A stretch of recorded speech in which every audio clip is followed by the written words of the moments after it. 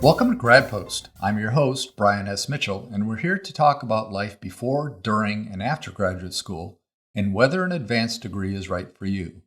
I'll draw upon my experiences as a graduate dean and research mentor, as well as my network of students, colleagues, and experts to bring you the most complete information on graduate education that I can. Today, we're going to take head on that last topic of the introduction. Is an advanced degree right for you? This is the second of a two-part series on the value of going to grad school. Episode 11 addressed the more general existential question of whether a graduate degree is meaningful or not. The more relevant question, really, is whether a graduate degree is right for you. That's not to say that today's podcast is the be-all, end-all to this question. Rather, it's the beginning. I'll give you a few things at a time that will help you make this highly individualized decision, because in the end, I really can't answer this question for you. All I can do is lay out some of the factors and sources of information to help guide you in this important decision. We'll start with an overview today and delve deeper into some of these topics in later podcasts. Let's start with one way an advanced degree might be right for you: career success. By career success, I mean getting where you want to be. There's a really interesting career success model that came out of the physician-scientist community that I like to use as an example of factors to consider. Not all the factors are general to all advanced degrees, but the overall classification of factors is useful. Career success can be divided into extrinsic and intrinsic success. Extrinsic success constitutes those things that others can determine about your career, like financial success, promotions, and leadership positions. You might look at these as quantitative measures of success. You can quantify how much money you make, how many promotions you've had, and how many leadership positions you've held. Others can determine this level of success simply by reading your resume. In some careers, there are other extrinsic measures of success like awards you've won, exhibitions that have featured your work, times you've been interviewed, or times your work has been cited. These are important measures of success, but they're not the only ones. The intrinsic measures of success, those things that only you can report on, include satisfaction in your job, career, and overall quality of life.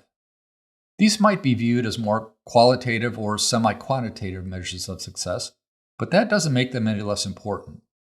More to the point, they are measures of success that only you can determine. The degree to which you are satisfied with your current job may not be the same as your overall satisfaction with your career trajectory. Maybe your current job is just a stepping stone, albeit an unpleasant one, to the next step in your career.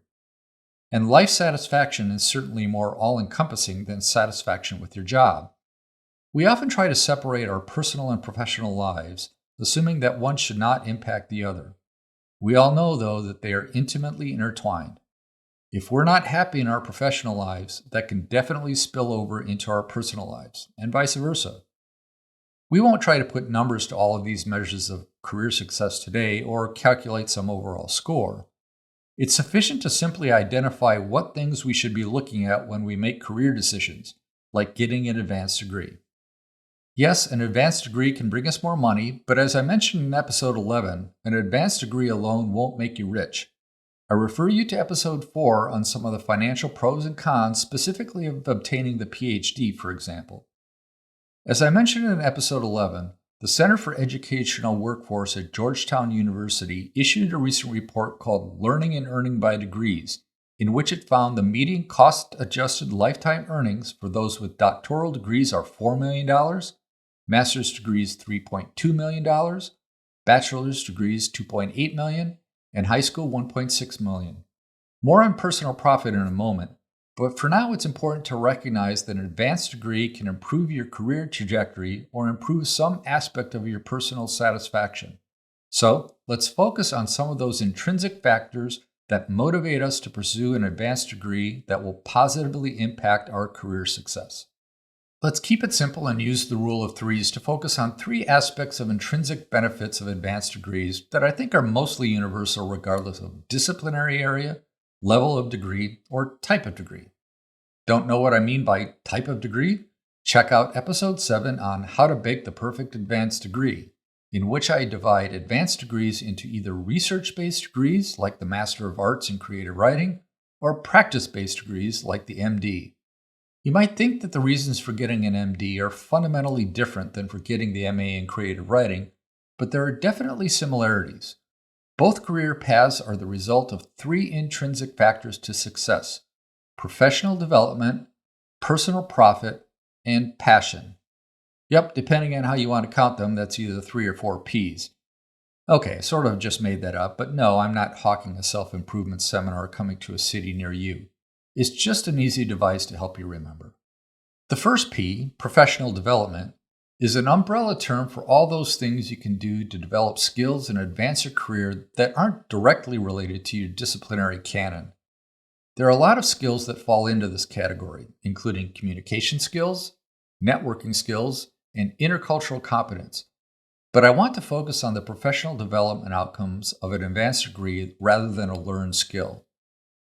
Look at the people around you in your profession. I don't mean look at them with your eyes, I mean look at them as people. What are their backgrounds? What is their educational level of attainment? How did they get where they are? Do they have advanced degrees?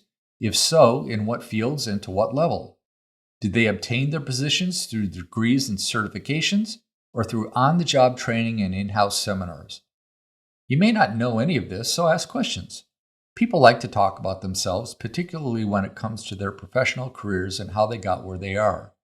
The pathway to becoming a high school principal in a small community may be very different than running a large public school system in a metropolitan area.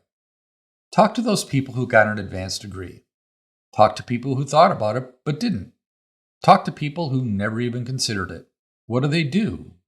Not just what is their job, but actually what do they do? Are they happy with their educational choices? Separate the facts from the person.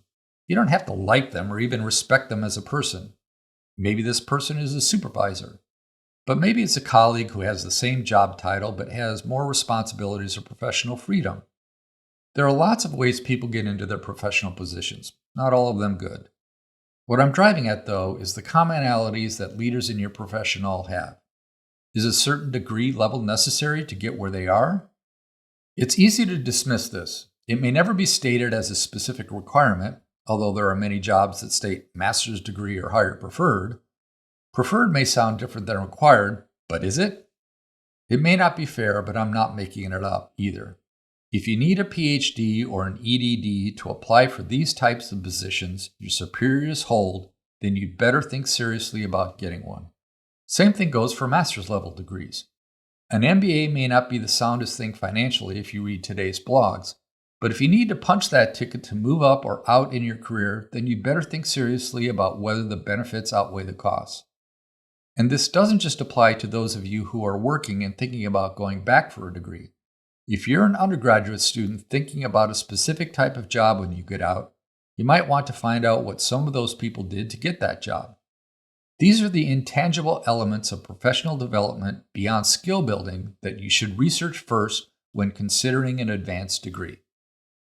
The second P to consider is personal profit. I said I wouldn't talk about ROI, so I won't. Profit can be non-monetary as well, so that's what we'll focus on. Ask yourself the following questions. What does my ideal job look like? What are the characteristics of that job that make it ideal? And be specific. It's not enough to say make lots of money. How much money is lots to you? $50,000 a year? $500,000 a year?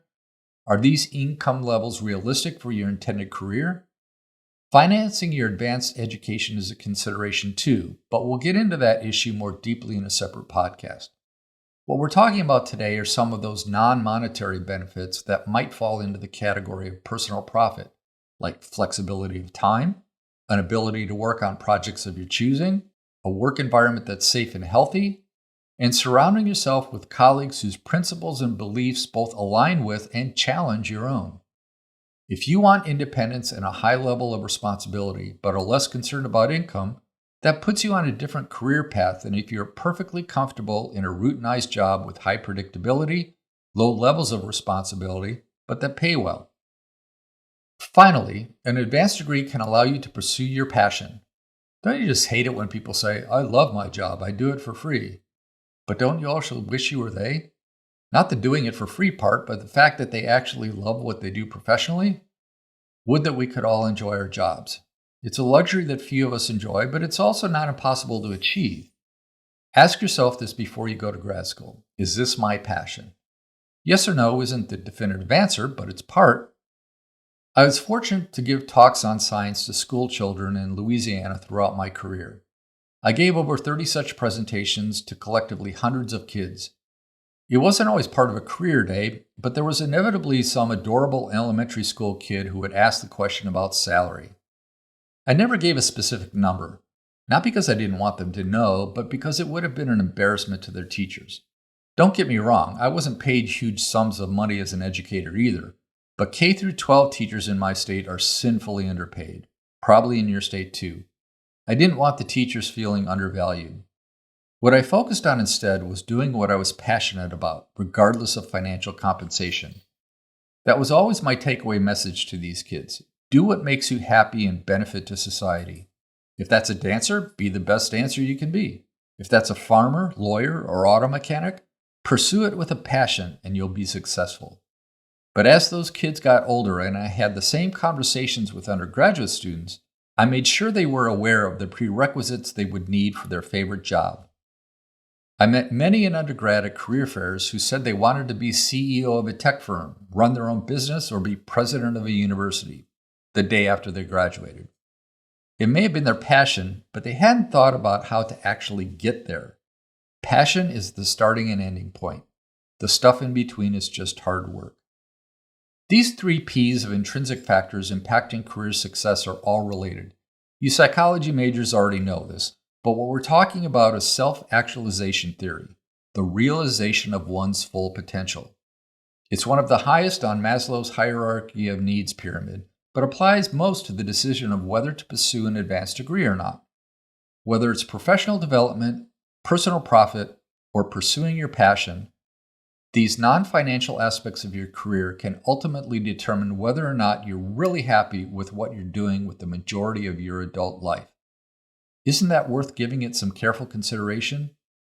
You may just find, like I did, that despite a manageable debt load and despite the time it takes away from friends and family, that every degree counts. Thank you for joining me today.